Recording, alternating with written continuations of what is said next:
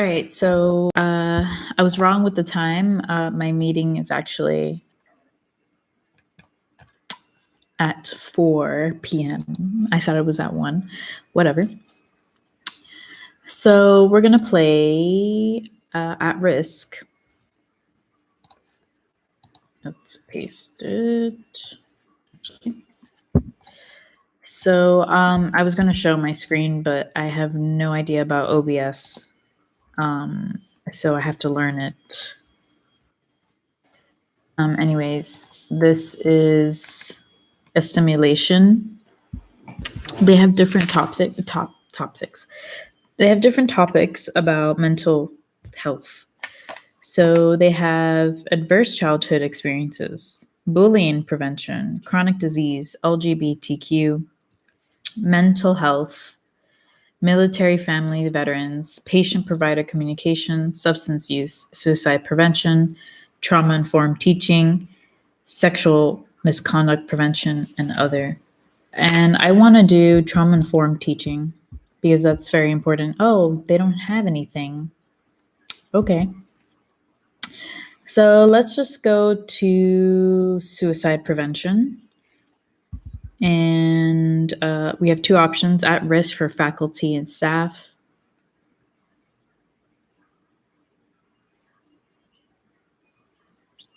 at risk for students, widely adopted. So you're talking to another student. I think I'm going to do faculty and staff because I want to know how they're doing, how they're using this stuff, like their knowledge. Okay.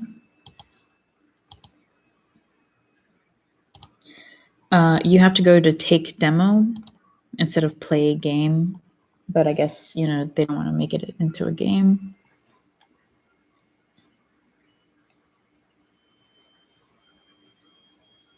And then you can talk to somebody, but it's try interactive demo. Oh, look, you have to sign up. Never mind. I guess we're not playing that because I don't really want to sign up for that, even though, I'm interested in it, but they should just automatically give you the game. No, thank you. Oh, autism. Step into the shoes of child with autism. All right, let's see what we have here.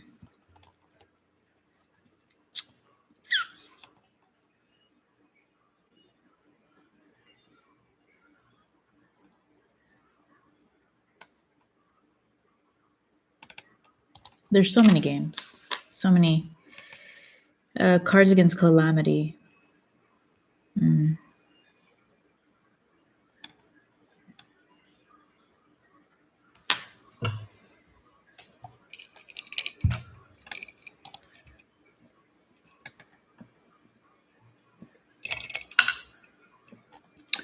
Let's keep going. Code Academy.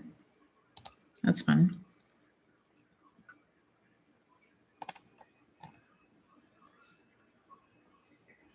There's even one about ocean pollution, which is great. This is what I know. Okay, so Depression Quest. I think I know somebody. I know the person who made this. Let me make sure. I interned for UM under Leanne Tran. Let's see, who's this made? Yeah, I think Isaac Schachner. Let me Google his name because that name sounds familiar. Maybe I'm thinking of something else.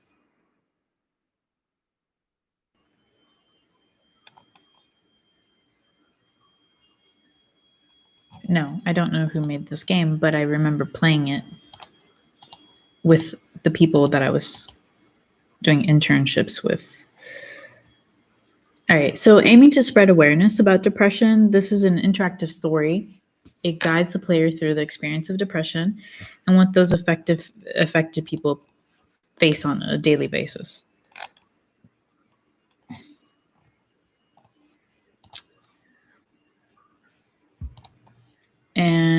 and play for free. I always like free games, especially when you're dealing with things like this. The goal of this game is firstly, we want to illustrate as clearly as possible what depression is like. This is also to spread awareness, social stigma, and misunderstandings. Secondly, our hope is that presenting a real simulation of depression as possible, other sufferers will come to know that they aren't alone, and that is a big thing.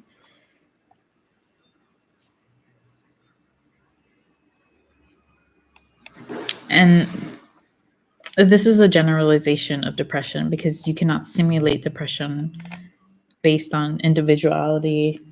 It's impossible. And this is quite simple. It's Polaroids, and then it's text. So it is early on a Monday morning. You are in your mid-20s. You're a mid-20s human being. You have a significant other named Alex, who you are rather fond of, that you've been seeing exclusively for the past few months. The rest of your social circle consists of a variety of friends, acquaintances, some of who you met at your day job, which is a little boring, but pays the rent. You like to be doing more with your life, as would your parents, but you're still in the process of figuring out what it means and how to go about it. You are also dealing with motivational issues that sometimes make dealing with these things difficult.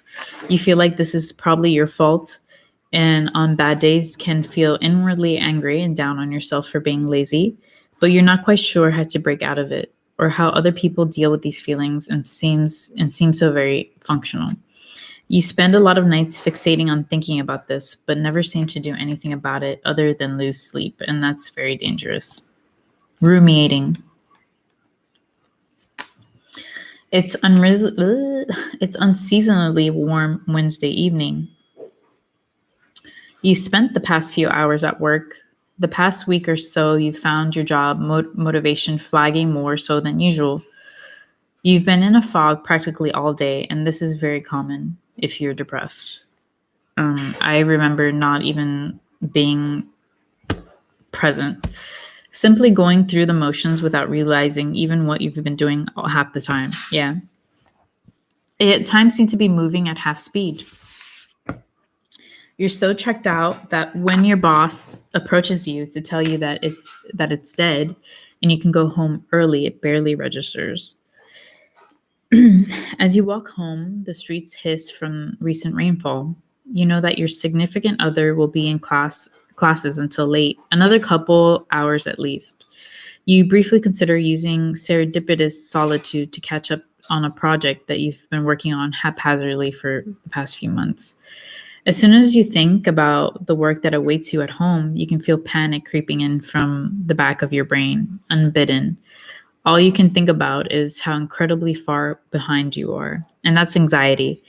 And the amount of work seems nothing less than insurmountable. Yeah, and dread. I've been there, done that.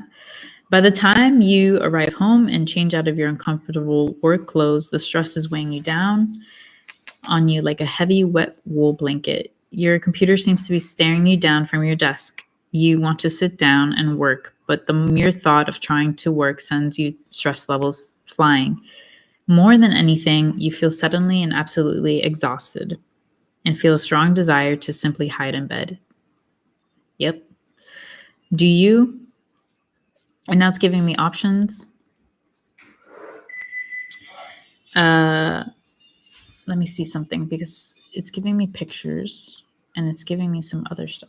So I have 4 options. 1, order some food, grab a drink, and hunker down for the night of work. And that's crossed out. I don't know why. Why is it crossed out? I can't select that option. 2, reluctantly sit down at your desk. Oh, because I'm depressed. Okay. Reluctantly sit down at your desk and try and make yourself do something. Turn on the TV, telling yourself you just need a quick half hour to unwind from work. Crawl into bed. You're so stressed and overwhelmed, you can't possibly accomplish anything anyways. And then it has these little GIFs was static, and it says you're depressed, interaction is exhausting, and you're becoming more and more withdrawn. You're not currently seeing a therapist. That is very dangerous. You are not currently taking medication for depression. That is arguable, because medication won't work unless you feel like it's going to work. So more importantly is to see a therapist. But hey, don't take this as I'm telling you what to do. If you feel you need medication, do it. Reluctantly, sit down at your desk and try to make yourself do something. So I've just been at work. I've been exhausted. I would watch TV and unwind, because that's a form of self-care. So I'm choosing option 3. I'm watching Netflix, apparently.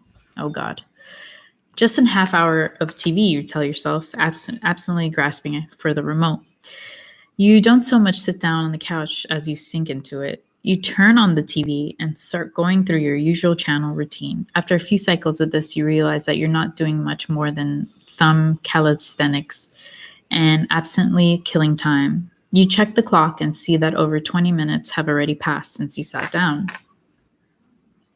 As your self-imposed time limit creeps ever nearer, you become more and more anxious, and you stand up and walk to the fridge, telling yourself, I'll just make a quick sandwich and get to work after that. I totally understand what this person is going through. Can be productive on an empty stomach, right? As you eat, you start pacing around your apartment, heading past your bedroom in the process. You stop in the doorway as if physically unable to cross the threshold. Familiar waves of exhaustion start raking you, and you feel I'm going to have trouble saying this word. Simultaneously tired and panicked. You close your door and head back to the couch. It's still early yet, you tell yourself. As long as I get to work in an hour, I'll have plenty of time to be productive. As you flip channels and let hooligans. As you flip channels and let the CSI, I used to watch a lot of CSI, and Jeopardy reruns wash over you, sink deeper into the couch, feeling at once encroached upon and shielded by it, being quite literally swallowed up by it. As the second hour draws nearer, sure enough, you find yourself getting anxious and jittery. You repeat the fridge process a couple more times. You look at the clock and realize that several hours have passed. Not surprisingly, you've managed to get no work done.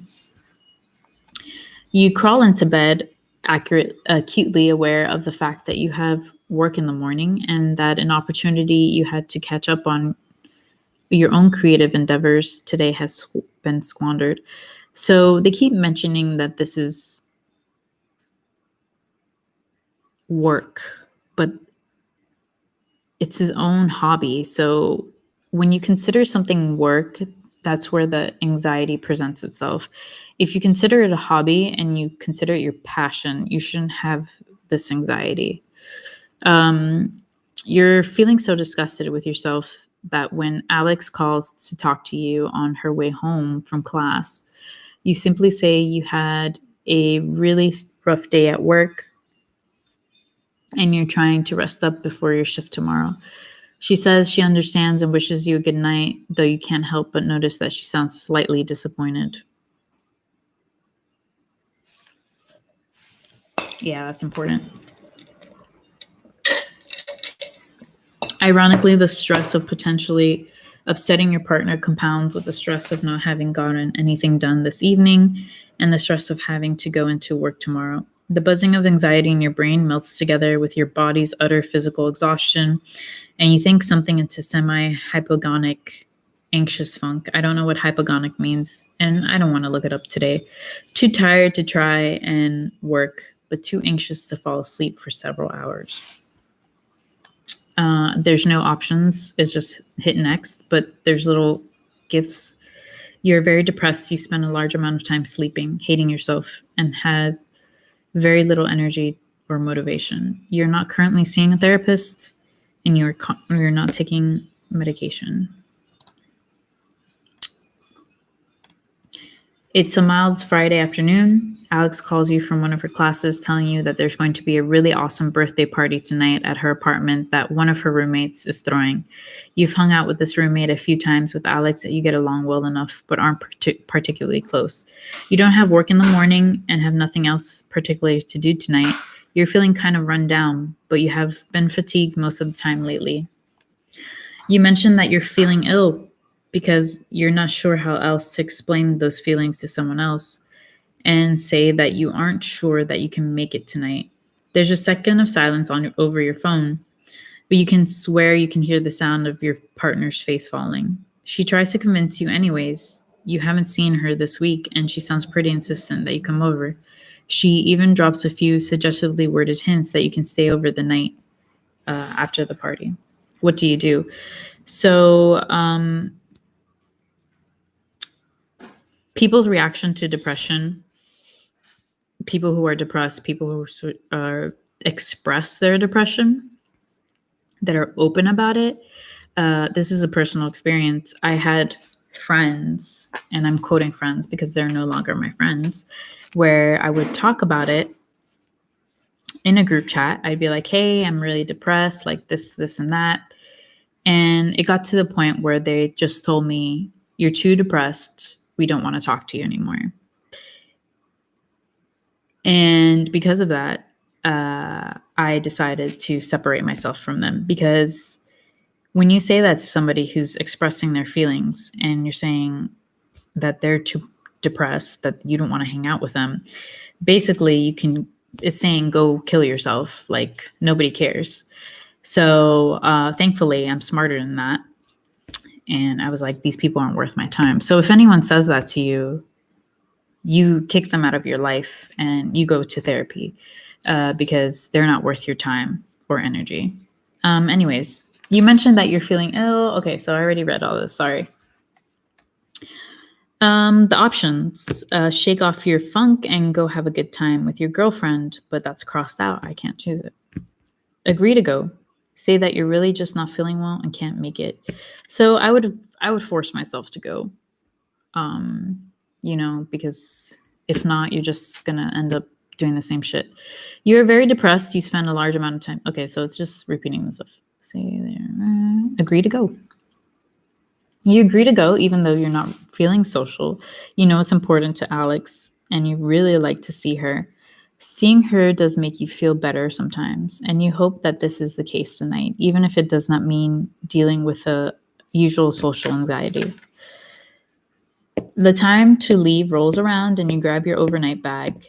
Alex's apartment is a short walk away, and there are already people hanging out on the porch. You feel your chest tighten as you approach the building and try to steel your nerves.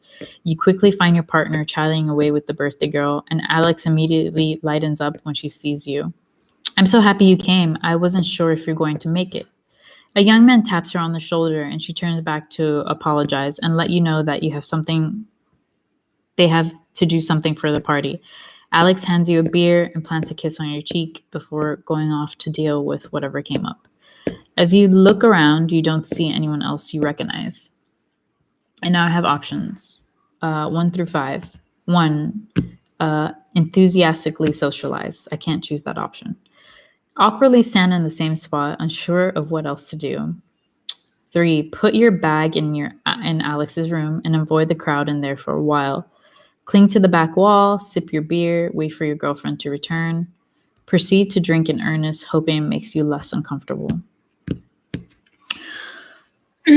So if I was feeling socially anxious and I was at a party, because I do get social anxiety sometimes. I can be shy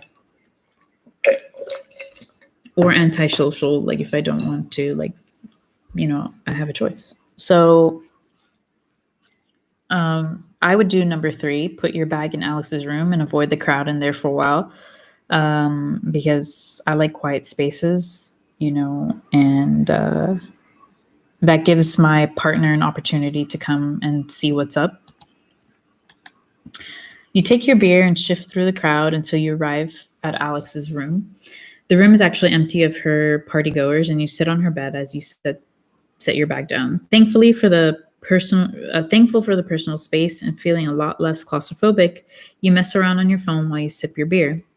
I feel better already. You keep telling yourself you'll go back in 5 minutes, but every time the time rolls around to go back out, you feel the panic creep in and you stay rooted on this spot. This person has severe anxiety, more than depression. It's more anxiety. The anxiety makes him depressed. But if you solve the anxiety, he won't be depressed. You figure no one here knows you anyway, so it's unlikely that you'll be missed. A few minutes later, Alex comes into your room. Oh, there you are. I was wondering where you got off to. Figured I might find you here. She sits down on the bed next to you, buzzed enough to be slurring slightly. I'm really glad you turned out tonight. To be honest, I didn't think you'd show up. It's really cool you did, really. You know she meant it lovingly, but you're not quite sure how to feel about that statement. I don't know why he's taking offense to that. Like, she's just saying. It's a little afternoon on a muggy Saturday. Your mother has come over for a surprise visit, and talking so much is making me thirsty. Claiming loudly that she doesn't see you enough, so she decided to invite herself over.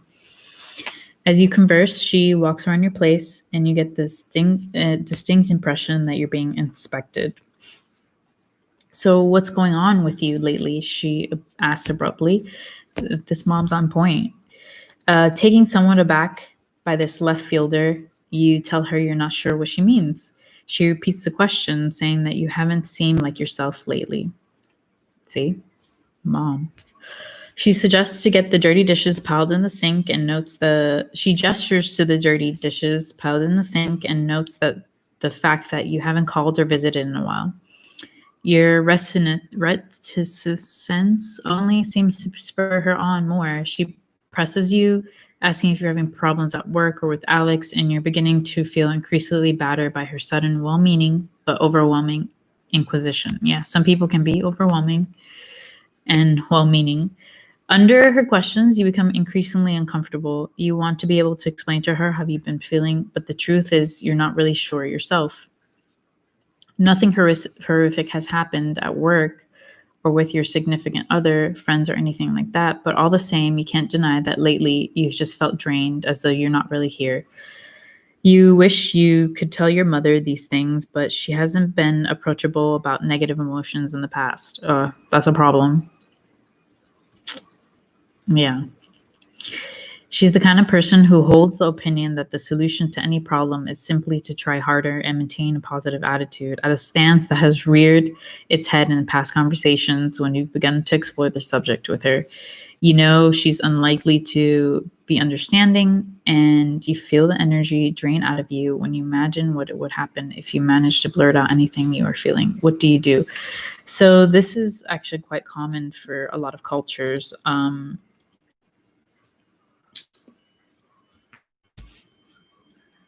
you ask somebody to open up, you have to listen, and you can't judge them. That's a big thing. You have to listen and support them. Anyways, the options are: number one, let her know that you've been feeling down lately and that you appreciate her concern. I can't do that option. Number two, try to be honest with her anyways. And number three, tell her that everything is fine. Thank her for asking. Number four, change the subject. So I'm going to try to be honest with her anyways. Let's see what happens. You attempt to tell your mother how you're feeling despite initial misgivings that you have not been doing so. Finding the right words for how you've been feeling feels like trying to untangle Christmas lights. Searching for the dead bulb in this cluttered mess. She watches you intently, audibly sighs before you can clearly articulate anything. Unfortunately, she reacts predictably, and that's really fucking rude to do. An attitude like that won't get you anywhere. You need to work harder at getting what you want instead of sitting around feeling sad about it. Nothing good will happen unless you make it happen. So with this statement that is true, but is not the way you should present it to somebody who has anxiety and depression or a mental illness. They have to come to that conclusion themselves. She isn't angry or spiteful as she tells you this. You try to explain that it's not a matter of that, but you can tell that you're not getting anywhere. The frustration chokes the words in your throat, and you give up on trying to push the subject matter further. You know she's giving you advice that makes sense to her and genuinely wants the best for you. However, she doesn't understand that it's not as simple as somehow deciding to be positive or work harder. It's that those things aren't viable options because of these feelings, and that is true. You accept your defeat, and the conversation drifts to other subjects. She leaves after chiding you to call her more often and take better care of yourself. You sigh heavily as you close the door behind her, spend the next few hours laying in bed, staring at the ceiling. It's a Leslie. It's a lazy Sunday morning. You are idly clicking around online and your phone rings. Sam, a coworker of yours that you're friendly with, asks how you are and makes hurriedly small talk with you. You typically only ever talk to him on the phone when one of you needs a shift covered, so it's slightly awkward. You're waiting in anticipation for him to ask you to come in a short notice when he veers the conversation into a completely different direction.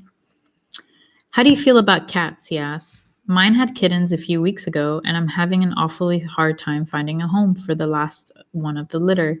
You don't have any pets, right? It takes you a moment to process this information. You're caught off guard as he begins earnestly to try to sell you on the idea. Sorry, my skin's flaky. Taking the last kitten off his hands. It's not something that you specifically considered before, but he seems fairly insistent. She's a real sweetheart, really loves people. She's got all her shots already taken care of. The vet says she's healthy as a horse. I can bring her over by your place tonight if you're interested. You look around your apartment and try to picture a cat. You tell him that it's kind of sudden and that you don't have anything for the kitten. Oh, don't worry about that. I can bring over a litter box and food and all that since you really be helping me out of a fix. It's the least I could do. I just don't want to put her in a shelter. You can't help but feel like you're being guilt tripped. He's not guilt tripping you, but you decide to give it some serious consideration. It does get awfully lonely around here, and it might feel less empty with a cat around. However, since you've been feeling so down, it might not be a good idea to take on responsibility of a cat, even if they were fairly low maintenance. What do you do? Number one, take the cat knowing full well you can take great care of it. I can't do that. Number two, decline, even though you'd be totally capable of taking care of it. You're not much of a cat person. 3, become a cat owner. You could use the companionship. Decline, you're not in a good enough place to be taking responsibility right now. Decline, you don't like cats. I love animals. And even when I'm depressed, I mean, there were times when I was severely depressed, I would forget to feed my birds once in a while. Like, you know, I wouldn't like have them starve. I would just forget, you know, what day I fed them. But it is kind of tricky. I say that maybe he should become a cat owner. So I'm choosing the cat owner. You accept the offer of the kitten and hang up shortly after making arrangements for when the co-worker, I'm going to paraphrase because it's getting really exhausting for me. My mouth is so dry.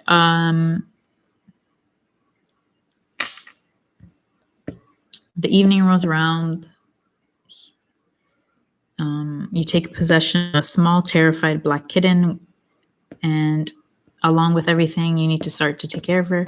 You take her into your bedroom, close the door, and open the door to the carrier excitedly. She cowers in the back of it, and you back off. Feeling slightly defeated, you remember when you researched on introducing a kitten to a new home and leave her alone to go mess around on your computer, hopefully checking over your shoulder every so often.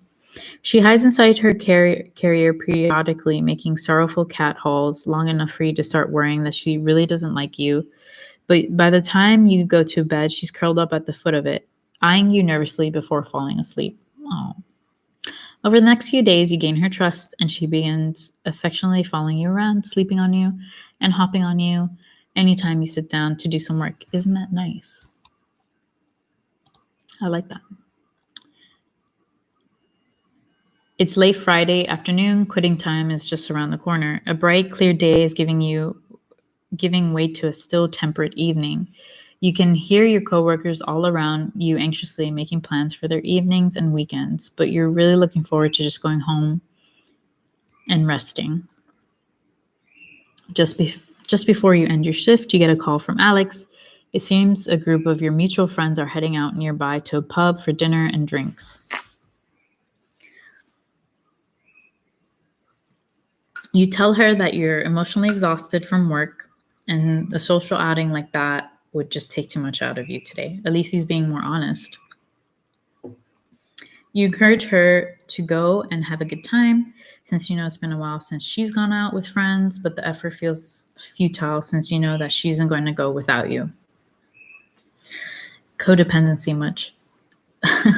A couple hours later, the two of you find yourselves in a familiar position on the couch, watching comedy shows on Netflix, a box of pizza, that's not bad, on the coffee table in front of you. As you look across the couch at her, you start to feel anxious. You feel bad at effectively forcing the two of you to stay in together. You're not forcing her to stay, she chose. While you are always appreciative of your partner's effort to take your feelings into account and help make sure that you're comfortable, you sincerely worry that you're holding her back from enjoying a more fulfilling relationship. While she does not seem to enjoy spending time, she does seem to enjoy spending time with you as the two of you sit comfortably, almost contented silence, watching old shows you've seen 2 or 3 times before. You ever increasingly fear that your relationship is becoming one-sided and it weighs heavily on you. You feel more than ever like a burden and a ward to her, and it's virtually impossible for you to see the value that you could possibly offer to her in return. Worst of all, this nagging fear has made you feel more self-conscious than ever, withdrawing ever inwards, and you've started to pull away from Alex herself. So yes, that's common to feel like a burden.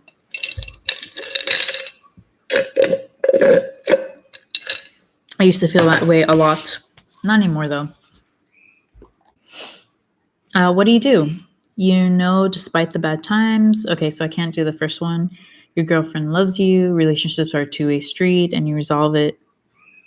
But I can't do that one. Tell Alex how important she is to you and enjoy your evening. I can't do that one. 3, ask Alex if she's happy with your relationship. Don't say anything. You're already worried about her being upset with you. So I would just ask, because why not? You look over at Alex, who hasn't noticed you watching her yet, and you try to parse the expression on her face. You worry that it's one of sheer boredom and bare tolerance, and he's just projecting his inner fears on his partner, and it's just so toxic and endless. You wonder if she's thinking about all the fun things she could have been doing tonight if she wasn't trapped on this couch with you. She's not trapped. Ordering, blah, blah, blah, blah, blah. All right. I know this is a pretty boring Friday night for you. Are you happy being with me, being like this? She turned to look at you, forehead wrinkled. Why do you ask me that so often? You feel her body stiffen and pull away from you just a little. Well, I mean, you start, but you're unable to try and think of how to answer. I have 5 options. It's probably silly, but it's reassuring when I hear that we're on the same page. I can't say that. Number 2, I want to make sure I'm right for you. Can't say that. 3, I know it's not what you usually be up to. 4, I don't know. I guess I kind of get worried that you're getting bored sometimes. Number 5, never mind. So I just say it straight out. Like, I'm worried. Alex sighs. Look, if that were the case, I would let you know. I don't think you're boring. You're more of a homebody than I am. I'm learning how to deal with that. Deal with it. And this is why word choice when you speak to people is very important. You think, repeating it in your mind, does she see you as a problem to be dealt with?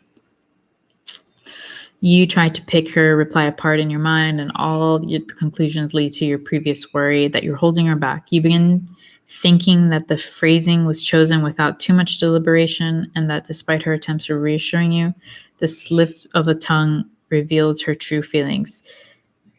Yeah, you have to be careful what you say and how you say it.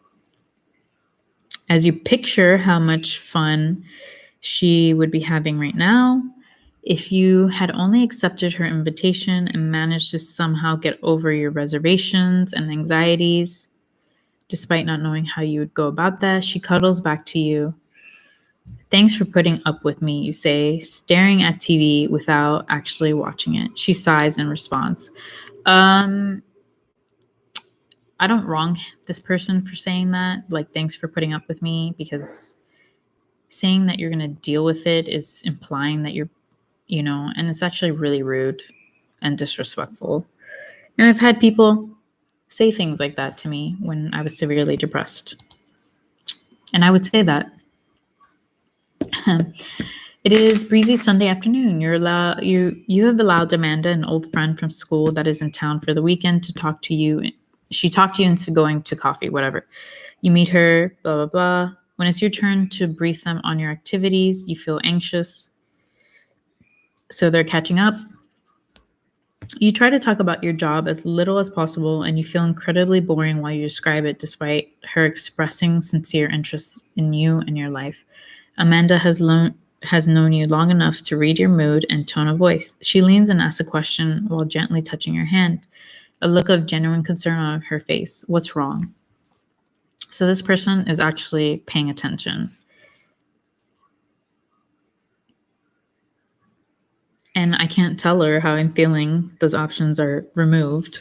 So the only option that I'm going to pick is notice that your hands are shaking, because number 3 insists that nothing is wrong, and 4, he gets defensive. It's such a small question, but it feels like a blow to the gut. You surprise yourself when you realize that your tightly clenched fists are beginning to shake. Despite your best efforts, you feel tears begin to sting your eyes. And that is important. That is so important, how one question could open the floodgates. Like, just being genuinely concerned about somebody, is so important when somebody has been holding their emotions for so long, and their anxieties and their depression.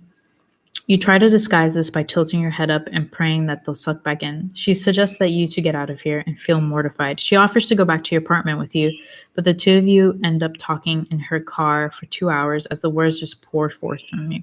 So finally, he's able to talk about it. Amanda seems unsure of what to say at times, but she listens and rubs your back as you sob and talk. This is exactly what I would do. She asks if you've gone to the doctor about this, and you admit that you haven't. She mentions that her mother is seeing a very good therapist in town and offers to ask her about it. There you go. You're not thrilled about the idea of going to a therapist. Even less thrilled that Amanda's going to tell somebody about your problems, but she persists and tells you that they'll email the contact information next week.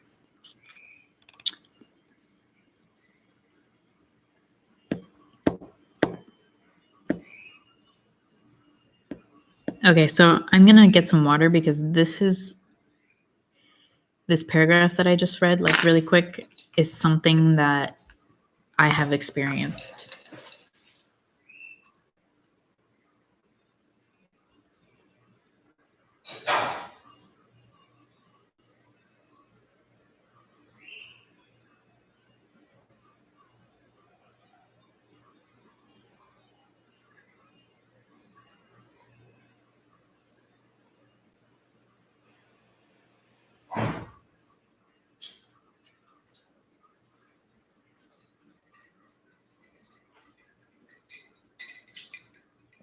All right. I'm back. All right, let's see. It's Monday. You have a dental appointment that day, but you make plans for him to pick you up afterwards. So he made plans for his friend to pick him up. Your appointment takes a little longer than expected because your dentist tells you that you started grinding your teeth in your sleep to a worrying degree. Given how nearly everything in your life has been feeling enormous and stressful, it doesn't come to a surprise. He suggests that you try to reduce your stress levels and it's for a night guard. It feels awkward, too big for your mouth, and you feel embarrassed at your puffed out face in the mirror. You finish up the appointment in a hurry and leave about a half hour overdue for your meeting. Your always punctual brother in the parking lot. Oh, so it's his brother. When I didn't talk about my anxiety, depression, suicidal thoughts, and my anger, subconsciously, I grinded my teeth to the point where, I was starting to get a lot of cavities, and health insurance is not common in America, especially dental insurance. It doesn't automatically come with health insurance. So a night guard is $250 to $400 if you don't have insurance. But after, I got my life together, and I was more open about my depression, and I went to therapy, and did meditation and gratitude. I don't grind my teeth anymore unless I'm really pissed off. But it's not at a subconscious level where I'm doing it at night, without any control. So you finish up as quickly as possible, blah, blah, blah. Your brother asks you, I'm not trying to diminish the game. It's just, I want to get through this. So he asks you, how did your appointment go? Did you get drilled for the holes or what? A sense of shame creeps over you.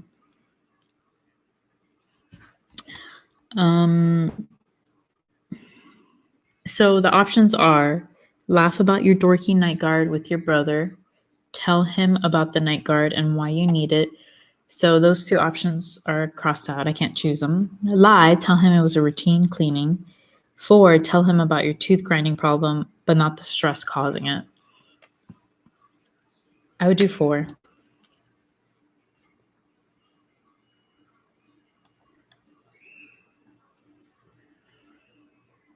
So his brother asked him, oh, you've been stressed out lately, kiddo, and the character that we're playing chooses not to say anything, so he goes back home.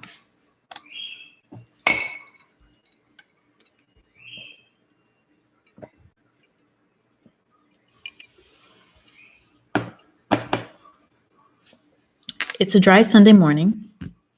You grab your morning coffee and scoop your rapidly growing kitten off your office chair and sit down at your desk to check your email. A new message pops up in your inbox almost as soon as you do. It's from Amanda, and you remember your meeting in the cafe and awkwardly bringing up your feelings to her. Hey, buddy. Hey, sorry, it's been a few weeks. I meant to get this to you sooner, but it took a while for me to get a hold of my folks back home. Dad told me to say hi, by the way. Anyways, I remember what we talked about last time I saw you, and I hope you aren't insulted, but I asked my mom for the number for her therapist. Don't worry, I didn't tell her who it was for. I think she's worried about me now, though. Haha. Anyways, the number is 647-723-5274. It's a really good office. You should look into it. Talking to somebody never hurts. If you're worried about money, don't be. They're one of the few that has a really good sliding scale and won't charge you what you can't afford. I hope you're feeling better. It was really nice to see you again. It's still early enough that you could call and make an appointment today. Your kitten curls up in your lap as you consider what to do.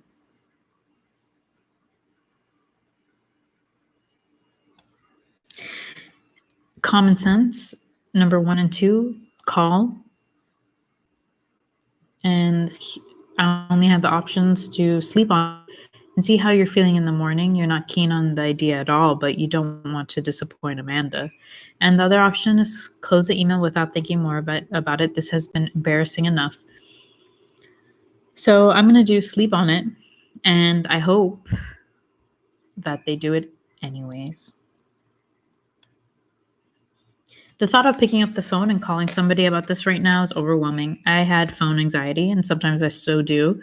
I don't like talking over the phone. Sure, you're having a hard time lately, unless it's somebody I really like who has a nice voice. Sure, you're having a hard time lately and have motivation issues, but you're really in need of therapy. Shouldn't you be able to start to get over it by yourself? What if they put you on medication that makes you feel like a zombie? That is a possibility. What if you go and the therapist looks down on you? That is a possibility. What will Alex think about this? I'm saying that's a possibility because some therapists are absolutely garbage at what they do. Trying to think about all these things at once makes it feel like a very big deal, and you decide to take your time to think on it. The rest of the day passes quickly, and that night you have a hard time trying to sleep because your brain is too busy thinking about all these things, going crazy. The next morning, you check your email with a blurry eye sand mewing kitten. Amanda's email's still there, seemingly waiting for you. You are no more decided what you were than you were yesterday. What now? Just call already. It can't hurt to check it out. That option is crossed out. Call after wrestling with it for a few minutes longer. Don't call. This is way too much for you to handle. So I'm going to call after fighting myself. You read through Amanda's email 2 or 3 times. Okay, so he's just going back and forth with himself. And then finally, I'd like to make an appointment with the doctor. You managed to stammer out. The conversation is quick, not nearly as unpleasant as you were fearing, and quicker than you can say Freudian slip. You've scheduled an appointment. Quicker than you realize, appointment day rolls around. What do? Go to the therapist's office. That's crossed out. Head to the therapist's office, even though you're totally unsure what to expect. Sit in your car, terrified, and try to talk to yourself in or not going. Just the thought of going to the appointment, you go back to bed. So I'm doing 2. You have your first session with your new therapist, Dr. Susan Melville, a tall woman in her mid-40s with a disarming demeanor and patient eyes with the start of the slightest smile lines. She makes you feel comfortable fairly easily, which is a pleasant surprise after all your anxiety over the appointment. As you leave, you make a second appointment. You're still skeptical about all of this, but you figure you might as well see where this goes. The hardest part, it seems, was taking the first step. That is the hardest part. You're still not sure if and how you're going to tell your family or your partner, but you figure you'll deal with it when that time comes. Either way, you feel relieved that you managed to see this through instead of being paralyzed with worry over it. Even if nothing comes of it, you did something you said you do rather than flaking out. You're emotionally exhausted when you get home and collapse into bed. You sleep better that night than you have in a week. And you're not sure, is it because you were so tired when you got home, or is it because of the therapist?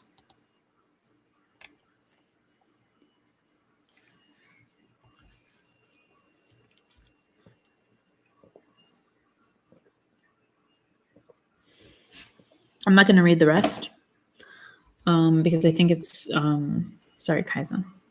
The most important parts have been read. And now I'm just going to play the game really quick.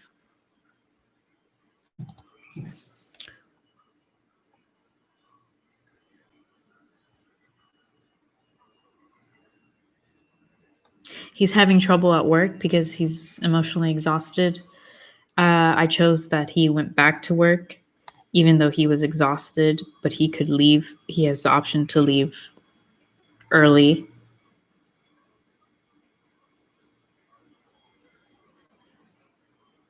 He finishes the day,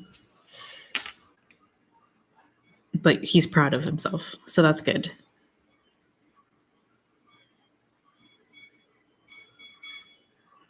And now he's having trouble falling asleep.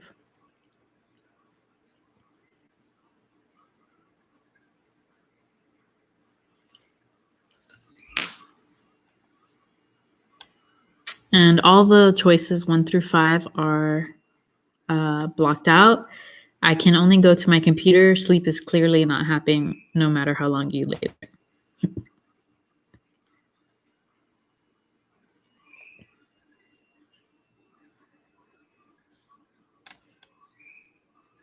Oh, so this was made in the 90s?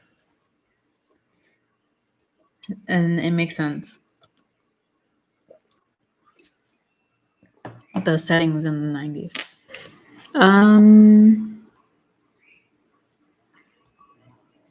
So he's just talking to a friend online, telling him what's going on. And his friend says, you might have depression. Like, you should talk to somebody about it, like a doctor.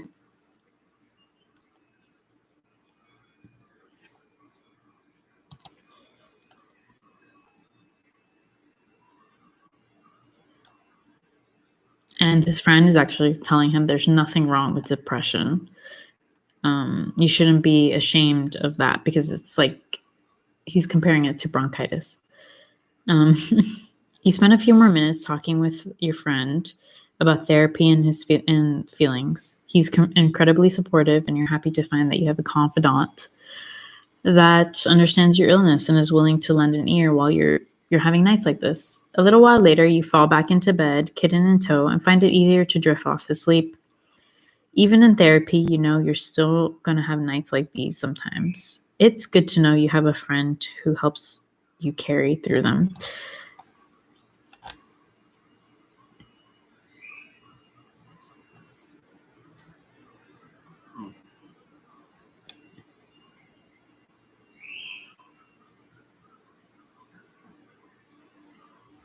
So he still has exhaustion. The first session usually is you telling with the therapist, is you telling them what's wrong. They don't give you any coping mechanisms, so this is a problem. He has no coping mechanisms.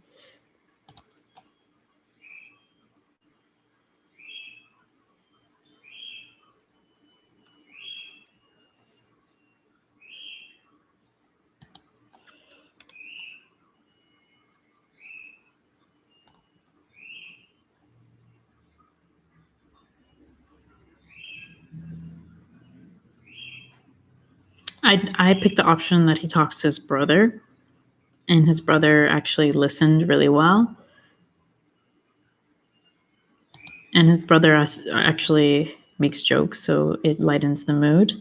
Not at his expense, but he's just a funny guy, so that helps.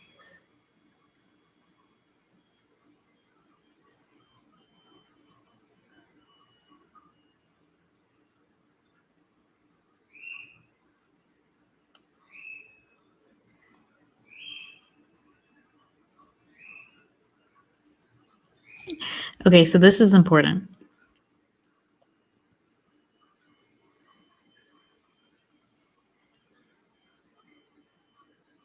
So this is the second session, and this therapist is a psychologist. And she's saying, I wanted to start by saying that I think it's great that you decided to come see me. It's an incredible first step, she begins. I wanted to take some time to talk to you about the possibility of supplementing or substituting your treatment with medication.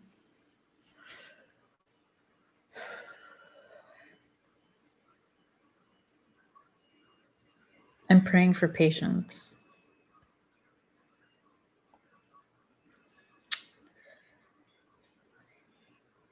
What the fuck? Anyways, she continues. Many people find adding pharmaceutical element to their treatment to be very helpful, and some even prefer to take drugs, completely eliminating their need to visit a therapist at all. That is not true. Providing your rely on support network and are still reaching out to people. I would prefer if we kept talking. Yes, you should keep talking. You're a psychologist. Should you choose to start medication so that I can monitor your progress and adjust it as needed. So she's not.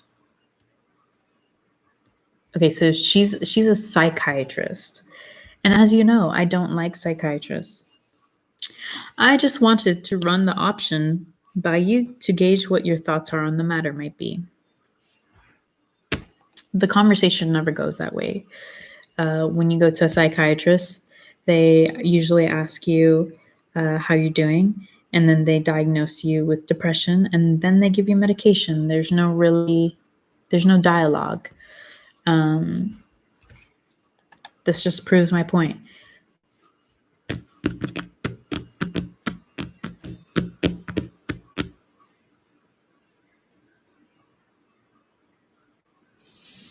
So you have the option to accept it, to take the drugs. Tell her you'd like to try drugs instead of therapy. Not a good idea. The thought of messing with your brain chemicals makes you uneasy. You'll stick with the therapy. And number 4, this whole therapy thing has always overwhelmed you, and this is the final straw. You're done with both. So I'm choosing 3 because I rather stick with therapy. Personal choice. The mere mention of medication makes you stiffen and uneasy. It's hard enough for you to work up the nerve to start coming to therapy, but the thought of introducing into the equation drugs. So this will happen to somebody who doesn't want to take medication. It will turn them off to therapy. So it's very dangerous what you say. Like, oh, this pisses me off. I'm not getting angry, but this happens so much. You may feel somewhat honor bound to Amanda to keep up with your therapy, but you draw the line at ingesting any sort of chemical that you can't buy at the liquor store. Kaisa's messing with some stuff. What are you doing, Kaisa?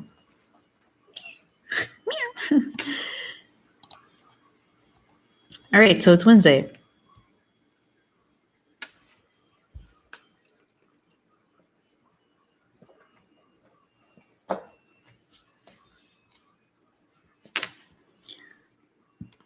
Okay, so he's back in his hometown and his mom is nagging him, like, why are you at the same job?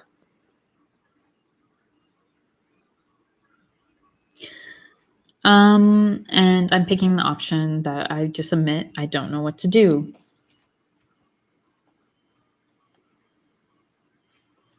And then she nags him some more. So are you planning to live like that for the rest of your week? And it's really unnecessary because this is based in America. Literally, her generation has ruined the economy and any futures dreams. Like, for example, housing, they ruined that. Student loans and education, they ruined that. Jobs with the living wage, they ruined that. So by her nagging and saying, when are you going to get your life together? How are you going to afford a house? Like, she's literally the cause of the problem. Ridiculous.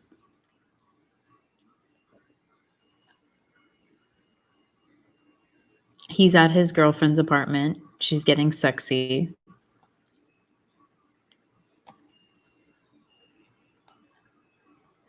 He's too anxious to do anything, which it sucks. I'm going to try to unwind with her before physical.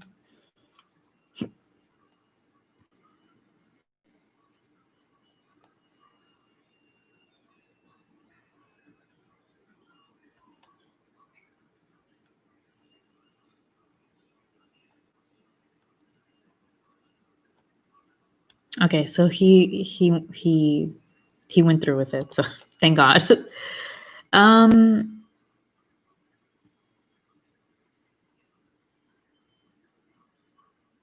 So now he's contemplating like his life because he's at his crappy job.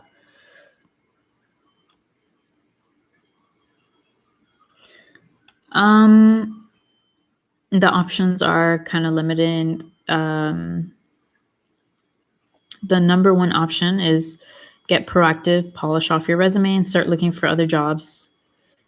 But I can't do that. So I'm going to choose aimlessly look through classifieds for another job.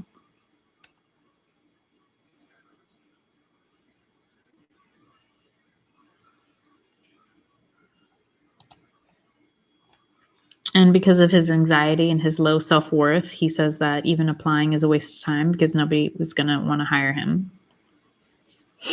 And that's true, that happens.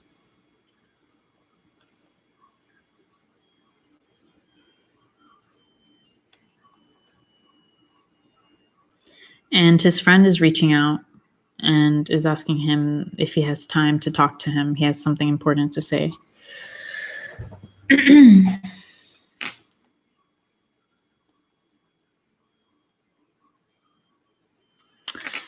His friend's telling him that he just got cheated on and he doesn't know what to do. So they're just talking and he's lending a shoulder to his friend. That sucks.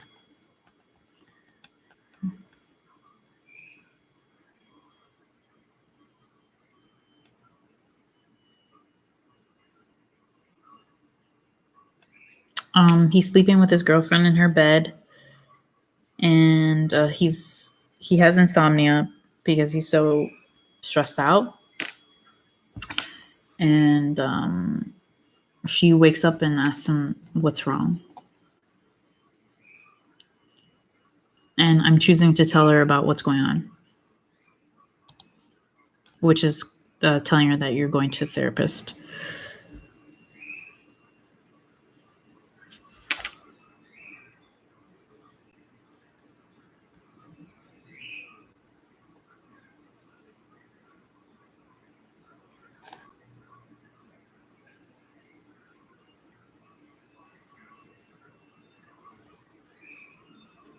Okay, and she asked him, "How can I help? What do you need me to do?" And that's always a good question.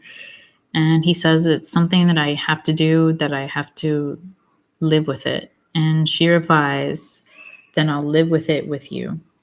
And then he's like, "I don't know how you could possibly love me." And then she hugs him. It's Friday night. You're laying across your bed feeling pathetic.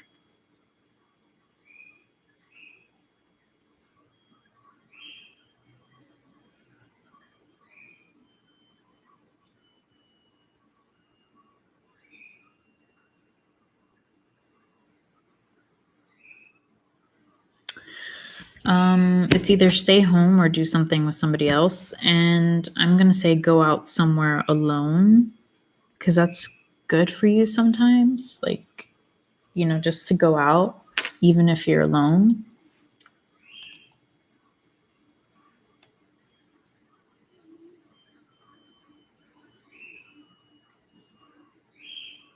It's actually helping him calm down.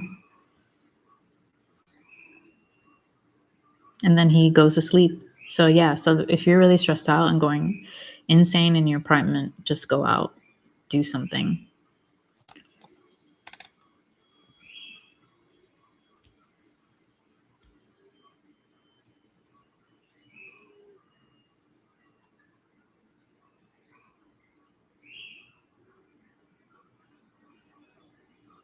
Oh, his girlfriend is asking him to move in with her. I think that's a great idea. That will help him so much.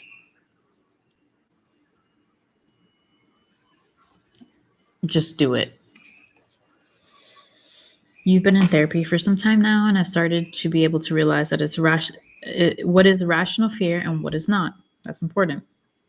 You feel like you might be simply too insecure, and you've already taken steps to discuss your difficulties with Alex in the past. And that's making an informed decision. Informed decision is very important. Your therapy is working, and you can talk to Dr. Melville.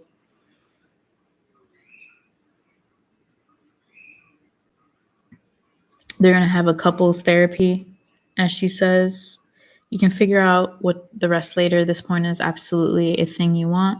You're having too hard of a time stifling your excitement at the thought of having her around more, so you blurt your answer out. Yes, let's do it.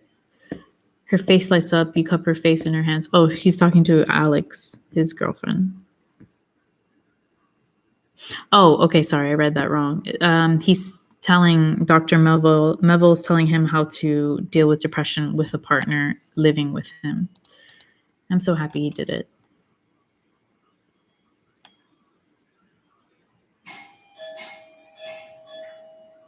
I don't know who's here.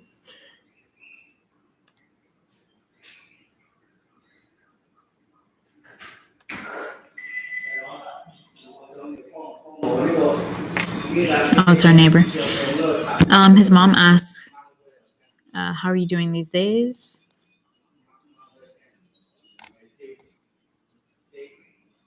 And now he has a better attitude. He's a fighter and he's not a victim.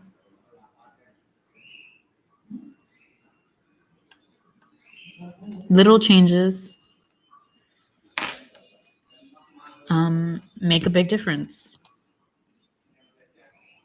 That was great. That was a beautiful, and I ended the game. The game's over. If you would like to contribute to the developers, the National Suicide Prevention Lifeline, click here to do so. Oh, so you guys made this for the National Suicide Prevention Hotline. I think my sister might work for them. Like depression itself, Depression Quest does not have an end, really. There is no neat resolution to depression. It was more important that Depression Quest's own resolution reflect that. Instead of a tidy ending, we want to just provide a series of outlooks to take moving forward. Exactly, that's the most important thing about life, your outlook. After all, that's all we can really do with depression, just keep moving forward. And at the end of the day, it's our outlook and support from people just like you that makes all the difference in the world. Beautiful. I love it. Makes me emotional. Because that's the reality of mental illness. If people opened up about their emotions and the people that were listening to the person who's depressed or suicidal didn't judge them or say dumb shit and just listened, and were genuinely caring and compassionate, we wouldn't have this issue. But we live in a society where emotions are looked down upon. You're considered too emotional or too sensitive or unstable, and emotions are natural. That's what makes us human. Like, if we don't have emotions, we are dead inside. Like, it just doesn't make sense. So I rather be emotional, express my emotions, than dead inside, numb, and wanting to kill myself. Because I've been there. I've been so numb where I've had no emotions. I was just going through life like a robot, and that's not living your life. So yeah, this game was really great. I'm always happy they make games like this because it just helps people that don't have depression understand what people are going through in their mind. And I'm actually going to I'm going to post this game to the people that I know, because I think it's important that they play it, because they have insensitive comments sometimes. Let's see.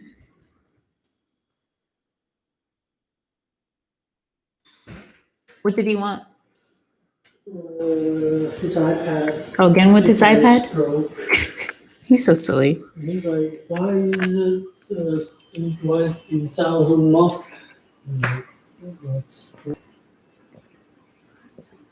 He's like, so it's not the settings fault.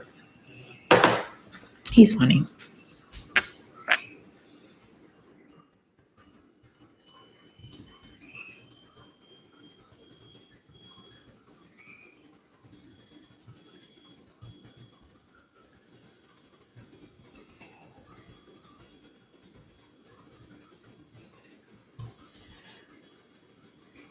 Bada bing, bada boom. Posted on Facebook. Anyways, yeah, that was great. Let's see what else we have. I'm not going to play another game because I want to see my parents. I haven't seen them in a few weeks. but we can always look.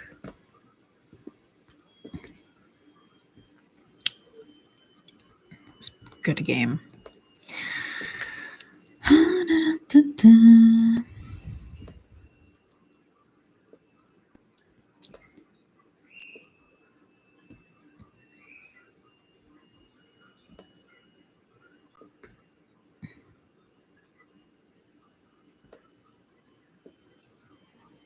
Sorry, I'm like going through all the pages that I already went through because there's no categories here. So,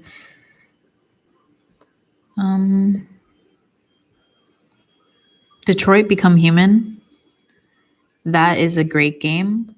I saw the whole playthrough because I don't have a PS4, but I love that game. I was totally for freedom of the androids. Like, yeah.